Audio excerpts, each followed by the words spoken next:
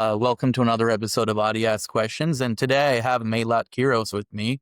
She is a 28-year-old Ethiopian American running for Congress in Denver, Colorado. Thanks for taking time out of your day to talk to me today. Yeah, absolutely. Thank you for having me. Yeah, so can you tell me a little bit about yourself, just your background and what made you want to run in the first place? Yeah, sure. My background, I immigrated here when I was a baby in 98 and came straight here to Denver, Colorado. I grew up here, here and in the Denver metro area. And I ultimately decided to run after Trump won in November again. It was a night where I just felt in my soul that Democrats were not going to resist enough. They were not going to offer a good enough vision to bring people back into the party. Because I think my biggest concern is that, I know we're going to take back the House. I know we're going to take back the White House in 28. But after that, we're not offering anything as a party to bring back the thousands of working class voters that we lost in this last election. And so the only way for that to change is if we start running for these positions and forcing the party to get back to its roots and talking about issues that actually matter to working class people. And could you tell us a little bit about your educational background? I know you went to Notre Dame Law, and I believe you're currently a PhD candidate, right? I am, yeah. So I did go to Notre Dame for law school. I graduated in 22. I did practice law for a little over a year. And then I did some work politically. I was a communications director for a congressional campaign in Colorado. And then I decided to go into a PhD program. I was, after I got fired, I had quite a lot of time on my hands and I was doing a lot of reading and just trying to understand, what was going on in our country and where there are places where maybe we could come together and find some common ground so we can actually start passing some policies and being effective again as a government. And the issue, the policy that I found was just a line that threaded through everything was money in politics and how it just pervaded every single policy area. And I wanted to understand it better. So I decided to start a PhD program here at CU Denver in their School of Public Affairs. And it's been incredible. You were talking about, getting fired. So, I think you work for Sidley Austin, right? Which is this huge law firm. Anybody who goes to law school has definitely heard the name. Talk to us about what happened and, what you did right after. Yeah. So I am from the northern region of Ethiopia, which is Tigray. And there was a civil war that was happening for a few years there. What I would classify as a genocide. Numbers estimate that somewhere around 600,000 civilians were killed during the course of the conflict. And, a lot of the same tactics that were used in Tigray are being used in Palestine as well. There was a media blackout for over a year in Tigray. There was the weaponization of hunger, which is what we're seeing right now. And I remember I was protesting, I was advocating with the diaspora in my community on behalf of people back in Tigray. And I just thought to myself, I couldn't imagine if someone had threatened my job by my protesting and advocating for those people, for innocent human beings. And that's what we were seeing was happening after the October 7th attack and what I would consider the immediately disproportional response from Israel after that attack. And at the time that I wrote my letter, I think somewhere of maybe 10,000 Palestinians had been killed by Israel at that point. And there was just such callousness and disregard for that loss of life. And on top of that, punishing students, law students, especially that were protesting and advocating for the people of Palestine to say that what's happening is wrong. And I just thought as lawyers, when we're talking about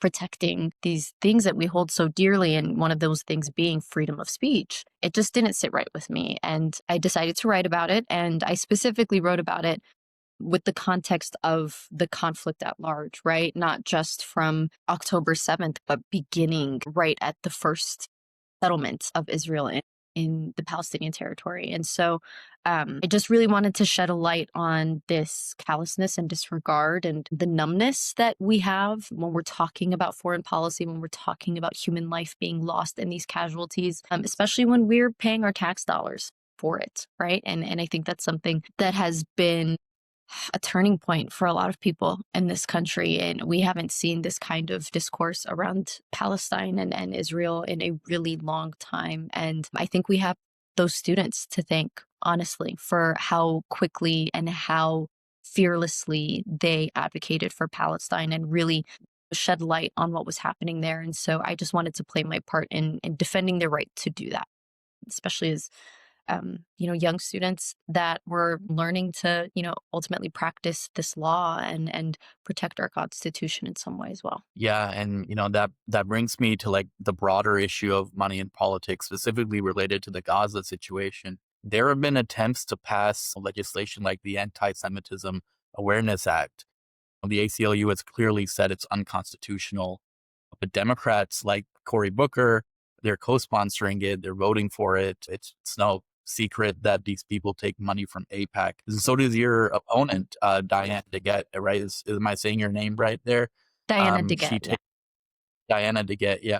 She takes money from AIPAC. Her biggest donor is actually the healthcare industry. She's just taken so much money from the healthcare lobby. So talk to us about your pledge to not take any super PAC money at all. Yeah. So the number one thing that we have to understand when we're talking about this issue of money in politics is that while we would like for the number one motivation of our elected officials to be to represent us rightly and to represent our interests, their number one concern is actually getting reelected. And when we're talking about 2-year term limits in the House and their perception of how to actually be ineffective, that really leads to wanting long-term power and long-term, stay in the House. And so how do you win elections? Money. And so while it would make more sense in a representative democracy that they were actually focused on our interests, the only way that they think they can pass policies and be effective in Congress is by ensuring that they get reelected. They can continue to get the kind of relationships and leadership positions that comes with being in office for a longer period of time. And so if the motivation is to get reelected, and the only mode of getting reelected effectively, at least consistently in this country for the last few decades, has been money, they're going to cozy up to these interests and these corporations that have that kind of money to offer. And the thing is that money does not come free, right? Oftentimes we see that the money and the interests that are behind that money are going to line up to what that elected official ends up actually doing when they're in office. The difficult thing that I think is, where a lot of Democrats are struggling to wrap their heads around this is that they don't actually see themselves as being corrupt, right? They think, yeah, I'm taking this money, but I'm still doing this, I'm still voting this way, or I'm still fighting to do this for my constituents. But the thing about money and how it corrupts the way you think is that it's very subtle and it's very quiet, but it seeps in there, and over time it becomes extremely effective, especially when your only, or at least your number one motivation is to get reelected. And so I think it's really important to talk about this issue of money in politics, not to say that, these elected officials are evil and corrupt and they don't care about the American people. Most of them do. Most of them think that what they're doing is just, a means to an end. But what we have to do is show them the data and the evidence that the money that is in our politics and pervading our government is actually working entirely against American interests, entirely against the notions of a representative democracy. There was a study done a few years ago that showed that if there is a policy that the American people really, really like 80% approval, and then there's another policy that the American people really hate, 10% approval, that bill still has a 30% chance of passing because the American people opinions don't actually matter anymore. What does make a massive difference is whether or not corporations and the lobbying class have an interest in that legislation. If they do, the chances of it passing are wildly higher. That is not a representative democracy. That truly is corruption at its highest form in our government. We have to find a way to explain this to Democrats that are in power and in leadership in the same way that we're talking about it with the American people. But the American people, I think, are already on board, right? I think the biggest part, the problem that's in our party is that they like to think that they treat our voters like they're stupid. And it's ridiculous, and it's so infuriating when you talk, and as an ordinary person, you're talking with people every day. Everyone knows the government and the system is rigged. We know this. Even if people don't know the exact mechanisms for how that's happening, people know something's off. And for Democrats to just kind of hide and pretend and say, well, no, it's not on our end, the jig is up. Like people know that this isn't working anymore and we have to address it. It's absolutely right that sometimes it can be an implicit corruption and people don't even realize it. But sometimes it's very straightforward. For example, if we take a look at your opponent, Diana DeGette, she somewhere around 2009, the like early Obama era, she was actually talking about a universal healthcare system, like a single payer healthcare system. Hmm. And it's all you need to do is follow the money. The healthcare industry money came in and she flipped and she started talking about the Affordable Care Act. And I just want to take a second here to talk about the Affordable Care Act. It's touted as this big liberal victory, but the initial legislation was drafted at the Heritage Foundation, right? Hmm. It's the same people who drafted Project 2025. And it was Mitt Romney, Republican, who introduced it at the state level in Massachusetts. And, they made it the Affordable Care Act on the federal level. So it's a Republican piece of legislation, which has been watered down even further. And somehow it's a big liberal victory. It makes no sense. Yeah. So first, I do want to clarify that Congresswoman DeGette is actually a co-sponsor on Medicare for All. But I think that points to a larger problem in the establishment where there are folks that vote the right way or co-sponsor legislation that seemingly is progressive, but then never talk about it, never champion it. And it almost feels like a shield that's used to kind of just ward off any criticism. I think that's my biggest concern with the folks that are in the party, that I do think that they think they're doing good. And of course, there are folks that you mentioned that are, very explicit about the way that their corruption has led the way that they legislate in Congress. But I did want to make just that one point of clarification. But specifically when it comes to Medicare for All, it is the most efficient, effective, and economical policy solution we have today to achieving universal health care in this country. I have always been of the belief that our basic needs have to be guaranteed on some level, and that includes healthcare. And, it's not just about it being the right thing to do, right? I don't believe anyone should ever go bankrupt or have to have any financial concerns over illnesses that they have literally no control over. But on top of that, it is also the most pragmatic thing to do. The way that we run healthcare in this country right now is completely inefficient.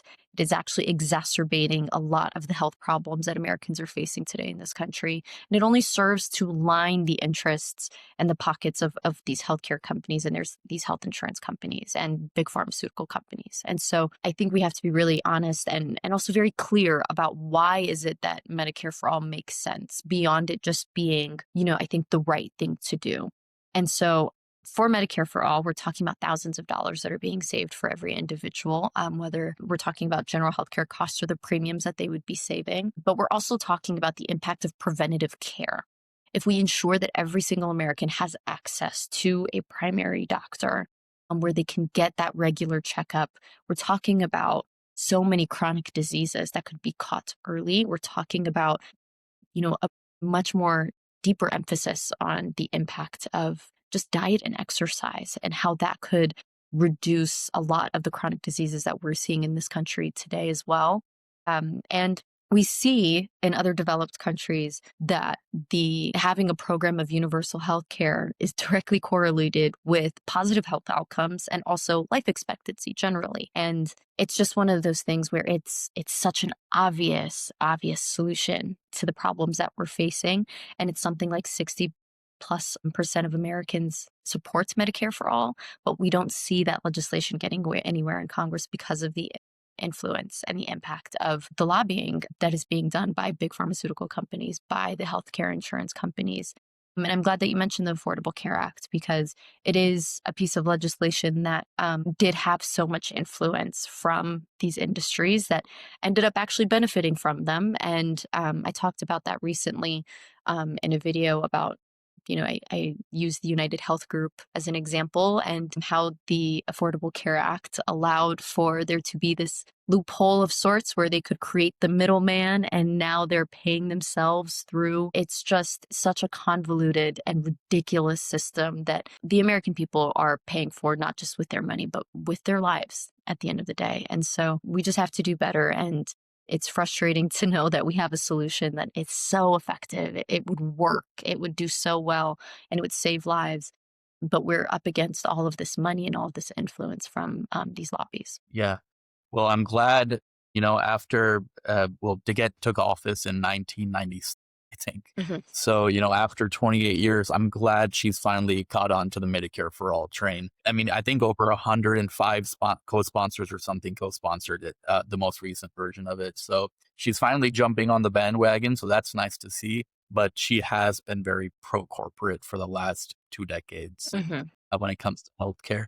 And, talking about corporate influence, there's another huge industry is weapons manufacturers, the NRA and the super PACs that align with them. I mean, they have a vested interest in making sure we have as many guns as possible in this country. And, Colorado just experienced a horrible shooting at Evergreen School. Yeah. Honestly, I think it all really kind of ties back to this issue that I was trying to touch on in that letter that I wrote that I got fired for, in that there really is this lack of empathy for just human beings and the sanctity of life. And I say that, it's ironic because we're talking about a party that talks about being pro-life, and we're talking about this incredibly aggressive defense of weapons that are directly responsible for the incalculable loss of life in this country due to gun violence. And it's just one of those things where the first and only thing we need to be talking about is gun control, right? We can't talk about anything else without having the conversation of addressing gun violence in this country with gun control. And I think the very first thing that we have to do is allow the FDA to study it.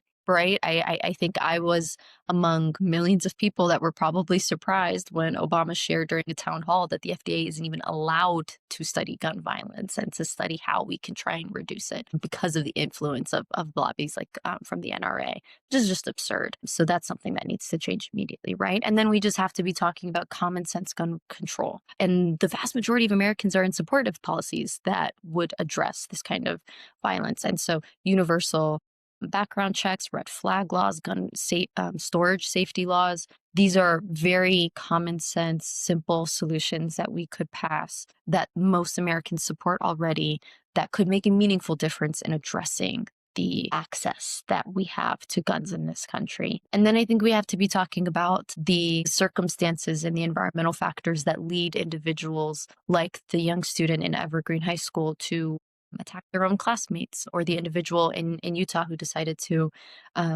assassinate Charlie Kirk. There is a certain level of, I would call it nihilism and extremism that comes from that, in that I think one of the problems I'm really trying to address in this campaign is how young people like myself feel like there's so little that we have to look forward to in our future, right? Whether we're talking about the burning of the planet, the lack of our economic insecurity, the degradation of our democracy and the institutions that are designed to protect our liberties and our freedom. We have a pretty awful outlook about what's coming up and down the road. And so I think addressing that and being honest about how those anxieties can make younger people, especially young men, particularly vulnerable to this kind of extremism and feeling like this is the only way out is a very incredibly important thing we have to address. And that also includes big tech, that includes the social media companies that are using division that we have politically today, the disagreements that we have to incite more hatred and anger for one another. And it's something that I used to struggle with in being able to find common ground with the other side. I think that's a really hard thing for people to do. And then I remember it was around the time that I actually decided to write the letter. I had watched a documentary called The Insurrectionist Next Door. And it was about 6 or so insurrectionists from January 6th. I think half of them were in prison, the other half were out. Some of them were remorseful. Some of them said they would do it again. And some of them had voted for Obama in 2008 and 2012. And it was just fascinating to understand their mentality and why they thought this was a necessary thing to do. And it was still a crime. They should still be punished for it. There should still have been consequences without question.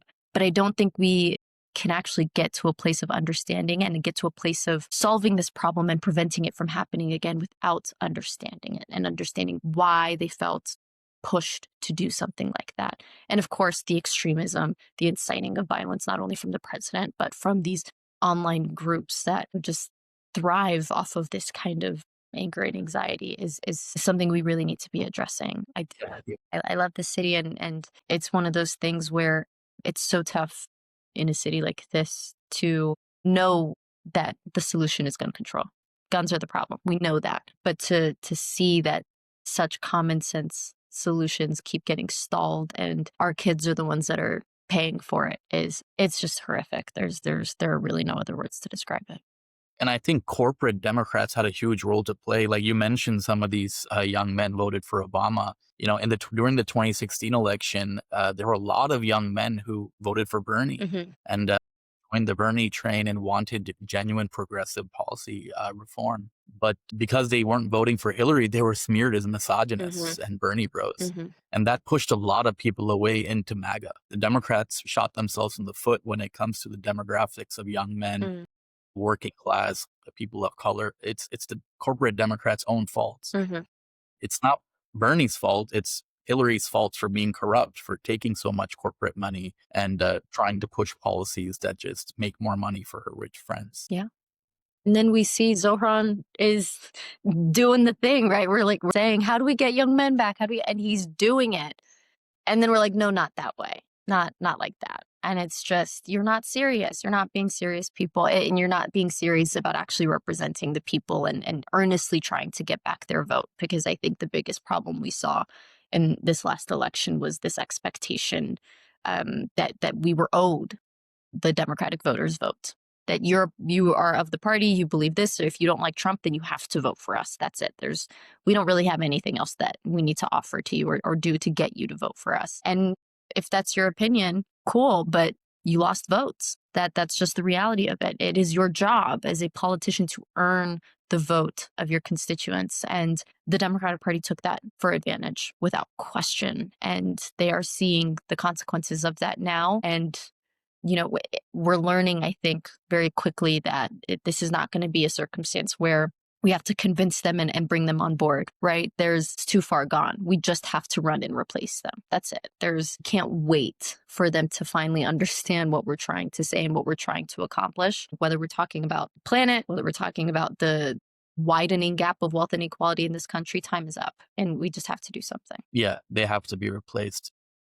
I would go a step further and say that centrist Democrats, when they engage in like neoliberal economic policy Hmm. or when they engage in virtue signaling when it comes to various minorities, that is exactly the kind of behavior that leads to authoritarianism. I'm a political science nerd and I let that fuel my worldview and, kind of inform my worldview. And there's no doubt that there is a causal relationship between that kind of feckless Mm. uh, behavior to just use minorities to get votes Hmm. and then turn around and not put your money where your mouth is. Hmm. That is why we have authoritarianism.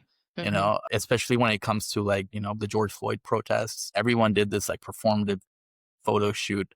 There was no talk about reforming the way we change policing. Hmm. Yeah. Hmm. 100%, 100%. Yeah, I completely agree with you. And I tell people, because I think one of the toughest things that folks are facing in, primary challenges like mine is that, the focus has to be on taking back the House. The focus has to be on flipping districts. And we can't waste our time with challenging people that are already in positions of, upcoming positions of leadership like the Congresswoman is. But I sincerely believe that in districts as blue as this one, I think we're like the fifth bluest in the country, it's our responsibility to drive what direction this party is going to be going in and seeing that this is what we're going to be standing for. This is what we're going to be fighting for. And I cannot tell you what the Congresswoman is fighting for and is trying to stand for right now. It feels like she's of the establishment that just wants to keep things the status quo and go back to business as usual. And I tell everybody, we'll take back the White House. We'll take back the White House. But if we take back the White House and go back to business as usual, what comes after that is going to be far worse than anything Trump has threatened or done in this country. It is going to be a demagogue of massive proportions because people are fed up. They are over it and they know that the problem lies within government itself and within our party as well being a part of that problem now. And so we can't keep running from this. We really can't. Yeah. You mentioned Zoran. I think what Diget is kind of doing is a lot like Cuomo in the sense that she's just taking a back seat. She's kind of banking on her incumbency to help her win this election. And, we can't let dinosaurs like this just sit in office for decades and decades, and just bank on their incumbency and their, Mm. let's talk about the establishment in a slightly different context here. Let's talk about the media. When Zoran went on CNN, Aaron Brad, I believe, interviewed him. I mean, this is a lady who has been covering politics for decades. Like she's fully aware of the democratic socialist movement, like Bernie Sanders. She knows what these policies are. But she asked him if his supermarket idea would be like the Soviet Union. What do you make of this kind of treatment that progressives and democratic socialists get in the media? If we're talking about CNN and MSNBC, these are entertainment networks at the end of the day, right? These are for-profit entertainment corporations that are trying to rake in as much money as they can from their ad buyers. I think we have to be honest about what influence that has on journalism and what kind of questions are we seeing asked? What kind of questions are we seeing not being asked by these journalists? And in what way are they asking them? And so I actually was just speaking with someone today about, these ideas of socialism or communism.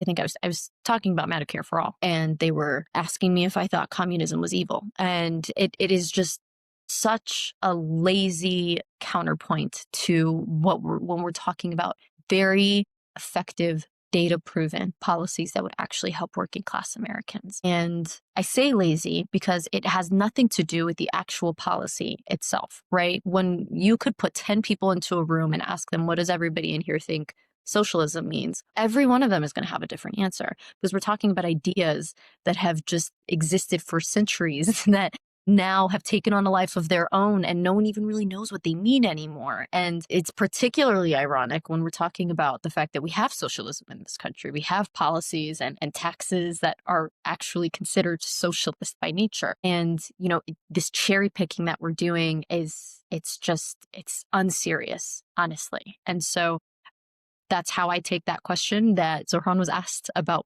whether supermarkets would be taking us to the Soviet Union. It's just an unserious question. And it does not actually get to the root of what we're talking about, especially when, if I'm not mistaken, there are cities in this country that have public owned supermarkets already. And so to treat this as some kind of insane idea is just, it's not fair. It's not fair to the American people who deserve to hear a true and nuanced debate about the policies that we're talking about, because I'm not arguing that everything is perfect, right? These are policies that we need to work out together, and we need to make sure that, any ramifications to them that we can address as we go. But we can only do that if we're doing it in good faith. And that was not a good faith question on her behalf. And a lot of people have this feeling that CNN and MSNBC have a liberal bias and Fox has a conservative bias. Let's be honest, the real bias is an establishment bias. They want to make sure their pockets remain deep.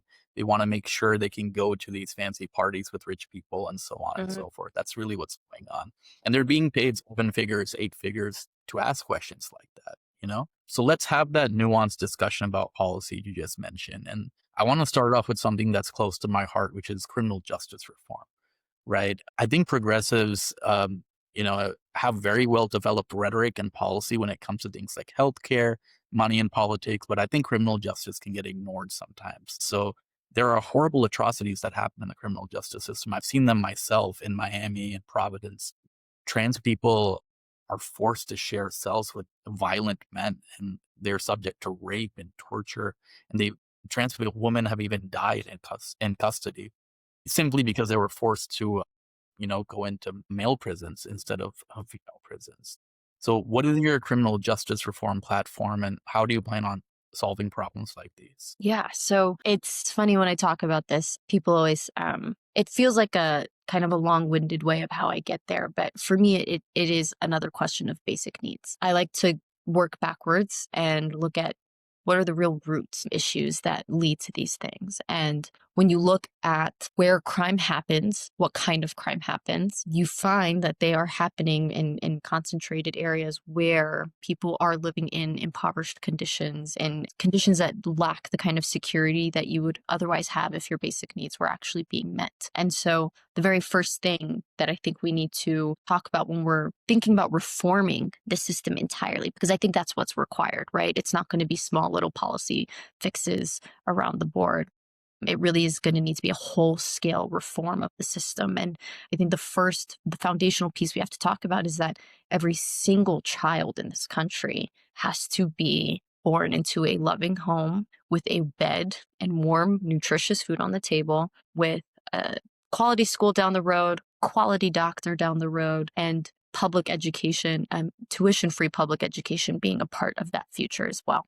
All of these things have to be a guarantee for every child. That is how we can ensure that the economic anxieties that oftentimes pervade the crime that ends up happening is just not there to begin. Now, Yeah. when we're talking about those who do engage in crime, because, this isn't a fix-all, like if we do this, then crime will never ever happen again. That's not obvious. That's not realistic. And when we're talking about crime and how to address it, I do think that this country, as a result of this very individualistic culture that we've created, has lent a little too much to this idea of our own personal responsibility for our actions, which isn't entirely untrue, right? We are responsible for our actions, but there are circumstances that lead us to those places. And so when we're talking about a system that should be more focused on the rehabilitation and not just the punishment of people, then we actually start talking about, okay, what are the resources that are going to be needed for people that are experiencing this kind of behavior or engaging in this kind of behavior to get them away from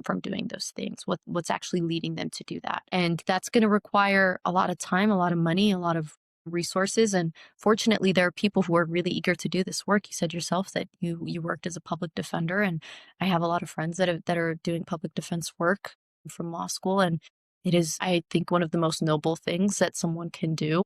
And we have the means, we have the knowledge of how to kind of start addressing these questions, these big questions.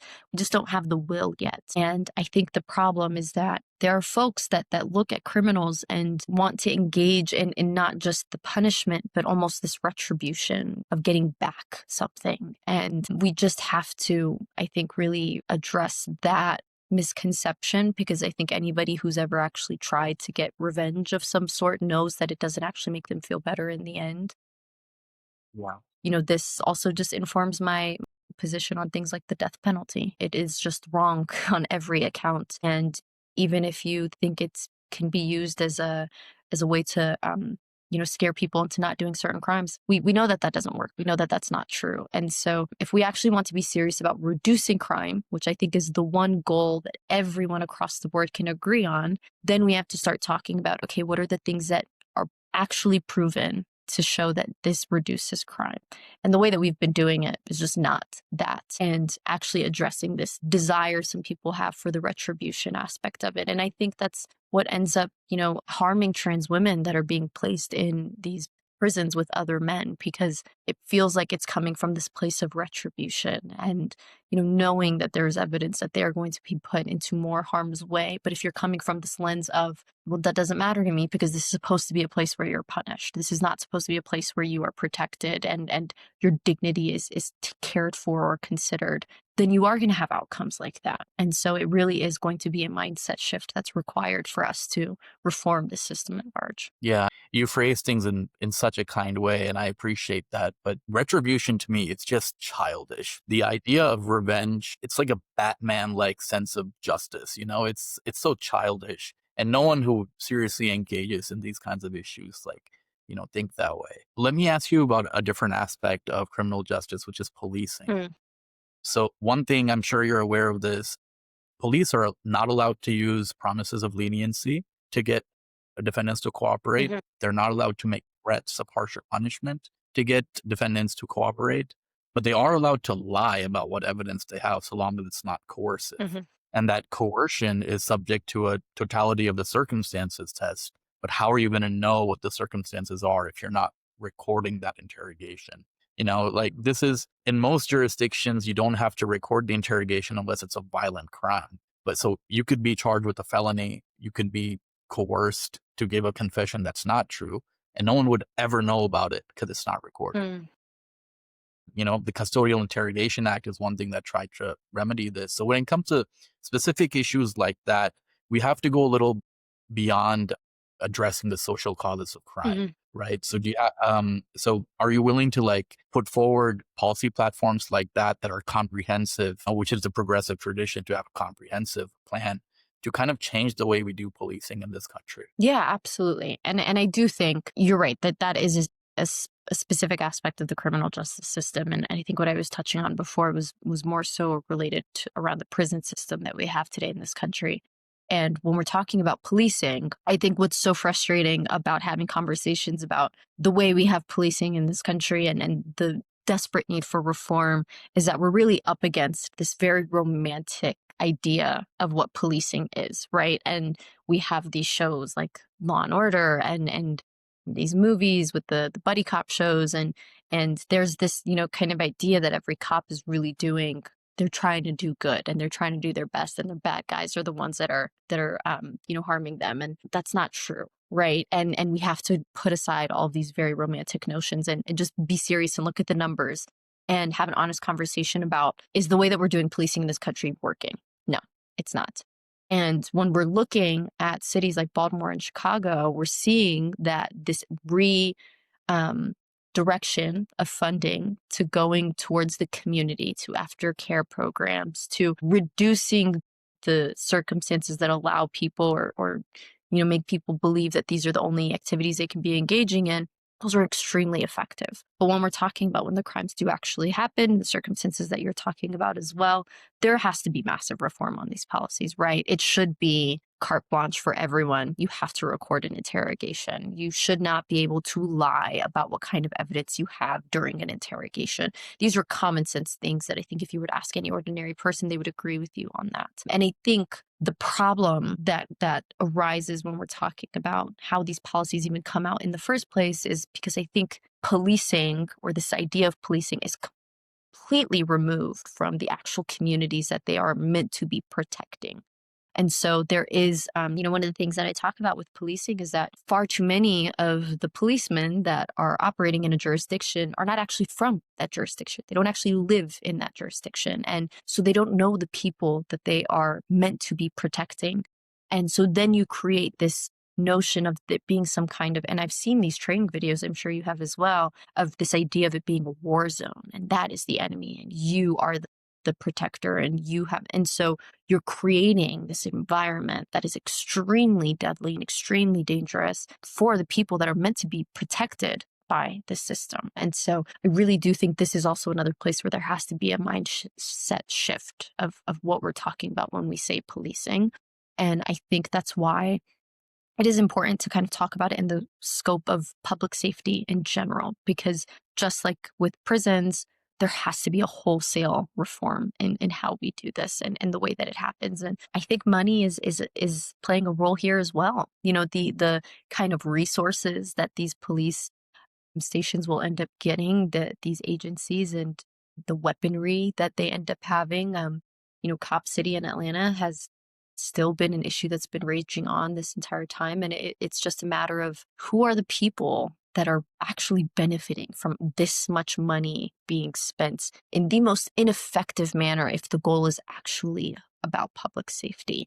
Asking those hard questions is going to be really important.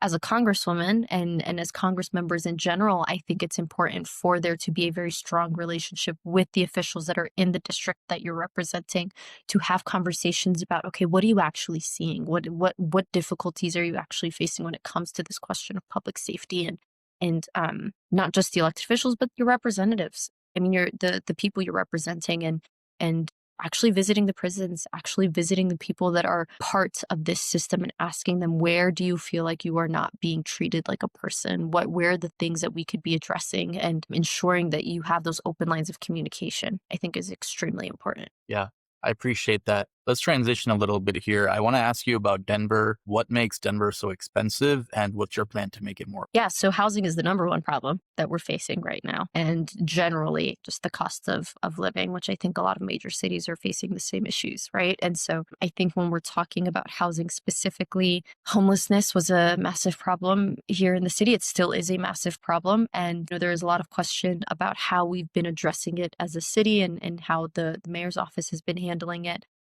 Housing is actually one of the kind of focal points of my research as well. And so one of the things that I really advocate for is the Housing First program. We've seen this been done extremely effectively in different Eastern European countries, particularly in Finland. And it really just radicalizes this notion of how do we address homelessness in this country. And the way that we do it right now is to say that, all right, if you are experiencing homelessness, you have to do this, that, and the third before you can get some kind of relief, before you can be given a home or a shelter of some sort. That doesn't work. We cannot expect people to get clean on their own, to find a job on their own without an address, to be able to live. Like, there are so many things that prevent people from being able to rebuild their lives if they are actively experiencing homelessness. So what the Housing First program radicalizes, and the first pilot program was actually done in New York City, it just gave the people a home. That's it. No questions asked, no strings attached, just give the people the home. And then you see that people finally have this foundation, this security to be able to start thinking, okay, how am I going to get a job? Okay, let me find some resources to get clean. Let me do this to try and figure this out. And so it really is one of those things of what's the most effective way, right? I agree that this is the right thing to do. Everyone deserves shelter. This is a basic need, but it is also the actually most effective thing to do. We've seen pilot programs being done here in Denver, where we have shown that thousands of dollars per individual in the program is saved by the city because of costs saved with ambulance services, emergency room services, by public safety costs. There is so much money that is being made off of the backs of people that are experiencing homelessness, that are experiencing hunger, poverty in general, the economy behind it that is just bringing in all kinds of money. We have to be honest about where the people are actually benefiting from things like this. And so a Housing First program is one of the things that I am proposing that I think should be a national program. And part of what makes the Housing First program really effective in a lot of these countries is that it's coupled with a requirement that any new housing that is built, 30% of that has to be affordable. And of course, we would use government subsidies to still encourage developers to create this housing. But we have to just be honest that housing is a commodity that should not be subject to the whims of the market. It should not be something that we consider that should have the same rules as an iPhone. This is a basic need that every single person should have. And so we have to allow government to be able to intervene and ensure that everyone has access to that. And so that's really the way that I think about the economy at large, is that I don't know if you've heard of the donut theory. It's something that I think about a lot. It's this idea that there's this inner ring where if you're within the hole, your basic needs are not being met in some way or form. You are struggling to just operate effectively as a person. And then you get to that ring, and those are where your basic needs are met. And for me, that is housing, healthcare, nutritional food, and public education. And then you kind of have the middle of the donut, and that's where you can make as much money as you want. You can go do whatever you want. You actually have the freedom to be a person and be whatever you want to be. Then that outer ring basically says you, as a billionaire, should not be allowed to create all of these AI data centers that are actually poisoning the water in these cities, right? There's still going to be a limit to how much money you can make and what you use that money for.